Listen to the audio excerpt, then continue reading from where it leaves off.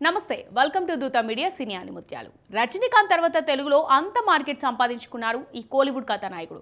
కమల్ తర్వాత అటు క్లాస్ ని ఇటు మాస్ ని మెప్పించగల మంచి నటుడు. వేల మంది పేద పిల్లల్ని ఉన్నత విద్యావంతుల్ని చేస్తున్న వితరణశీలి. వీటన్నిటికి మించి ఓ స్ఫూర్తి కూడా. అవమానాల మధ్యే సూర్య తన కెరీర్ ని ప్రారంభించారు. అంతకంతకు ఎదిగి జాతీయ ఉత్తమ నటుడి స్థాయికి వెళ్ళగలిగాడు. 2D ఎంటర్టైన్మెంట్స్ నిర్మాణ సంస్థను స్థాపించి మంచి ఆలోచన ఉండి సినిమా తీయలేక సతమతమయ్యే దర్శకుల్ని ప్రోత్సహిస్తున్నారు ఆయన. ఆకాశమే హద్దురాని ఆకస్మిక అభిమానులు సొంతం చేసుకున్న సూర్య గురించి నేటి సినీ ముత్యాల్లో తెలుసుకుందాం.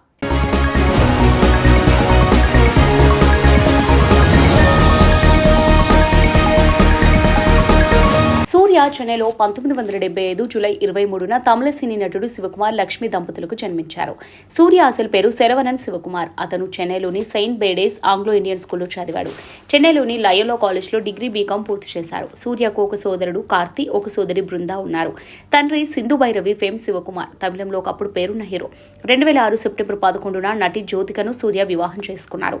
వారికి దియా దేవ్ అనే ఇద్దరు పిల్లలున్నారు. తాను బీకాం చదివిన లయోలా కాలేజ్లో ఓ సందర్భంలో స్టేజ్ పైకెక్కి తమని తాము పరిచయం చేసుకోమన్నారట. స్టేజ్ పైకి అడుగు పెట్టగానే కాళ్ళలోనూ మైక్ పట్టుకోగాను గొంతులోనూ వణుకు పుట్టింది. Hello, I'm Saravanan, doing my డూకామ్ అన్నారు. బీకామ్ అనిపోయి అంతే. హాల్ అంతా గొల్లు మంది. నాటి నుంచి ఎట్టి పరిస్థితుల్లోనూ నటన వైపు వెళ్లకూడదని నిర్ణయించుకున్నారు. డిగ్రీ ముగించే నాటికి ఆర్థిక పరిస్థితి దిగజారింది. నాన్న శివకుమార్ హీరో నుంచి క్యారెక్టర్ ఆర్టిస్ట్ గా మారారు.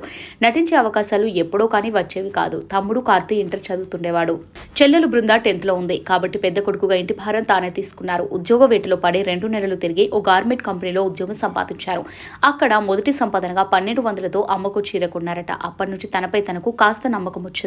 తమ్ముడికి చెల్లికి చిన్నపాటి అవసరాలని తానే తీర్చేవారు. ఈ మధ్యలోనే దర్శకుడు వసంత్ సాయి సూర్యను హీరోగా పెట్టి ఆశ సినిమా చేస్తానని తండ్రి శివకుమార్ని అడిగారు. ఆయన అబ్బే, వాడికి నటనలో అసలు ఇంట్రెస్ట్ లేదండి అన్నారు. సూర్య కూడా అదే మాట అన్నారు.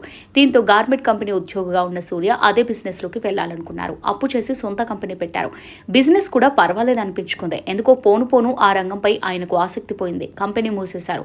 దాంతో 25,000 రూపాయల అప్పు మిగిలింది. అది తీరాలంటే సినిమాల్లోకి రావడం ఒకటే దారి అనుకున్నారు. ఒకప్పుడు అవకాశం ఇస్తానన్న వసంత్ సాయిని కాంటాక్ట్ అయ్యారు. ఆయన ఫోటోలు తీసుకుని మళ్లీ చూద్దామన్నారు. కొన్నాళ్ళకి మణిరత్నం నిర్మాణంలో తాను ఓ సినిమా చేస్తున్నట్టు చెప్పి విజయ్తో పాటు నటించాల్సి ఉంటుందన్నారు. నేరుకు నేర్ తెలుగులో ముఖాముఖి అన్న సినిమాకి సంతకం చేశారు. మణిరత్నం గారి శరవణన్ అన్న పేరును సూర్యగా మార్చారు.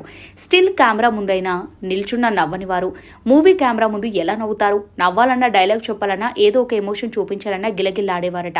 అటు డ్యాన్సు రాక ఇటు ఎమోషన్ చూపలేక అవస్థలు పడ్డారట. చివరికి నేరుకు నేర్ విడుదలై సూపర్ హిట్ అయింది. ఈ సినిమాలో నాతో పాటు పరిచయమైన నటీనటులందరికీ మంచి పేరు వచ్చింది. కానీ తనను మాత్రం ఏకి పారేశారు. బాగా అవమానంగా అనిపించినా ఇంకొన్నాళ్ళు చూద్దాం అనుకున్నారు. మీ నాన్న పేరు చెప్పుకొని ఇండస్ట్రీలో ఎంతకాలం బతుకుతావు అని కొందరు అనడంతో ఆ మాటలు సూర్య గుండెల్లో గట్టిగా నాటుకుపోయాయి. అప్పటి నుంచి తనకు తెలిసిన వాళ్ళందరి దగ్గర ఫలానా సీన్ వస్తే ఎలా చేయాలి, ఇలాగైతే ఎలా నవ్వాలని ట్యూషన్లు నేర్చుకోవడం మొదలుపెట్టారు. మళ్ళీ విజయ్తోనే సెకండ్ హీరోగా ఫ్రెండ్స్ అనే సినిమా చేశారు. అప్పుడే వసంత్ సాయి సూర్యను హీరోగా పెట్టి పూవెల్లం కేటుప్పార్ అనే సినిమాను మొదలుపెట్టారు. ఆ సినిమాకి హీరోయిన్ గా జ్యోతిక నటించారు. ఆ తర్వాత ఇద్దరు జంటగా 3 సినిమాలు చేశారు. ఆ పరిచయమే ప్రేమైంది. దర్శకుడు బాలా తీసిన నంద అనే సినిమాలో నటించారు. అది విడుదలై పెద్ద హిట్ అయింది. విమర్శకుల ప్రశంసలు అందుకున్నారు సూర్య. తమిళనాడు ప్రభుత్వం నుంచి ఆ ఏడాది ఉత్తమ నటుడిగా అవార్డు కూడా అందుకున్నారు.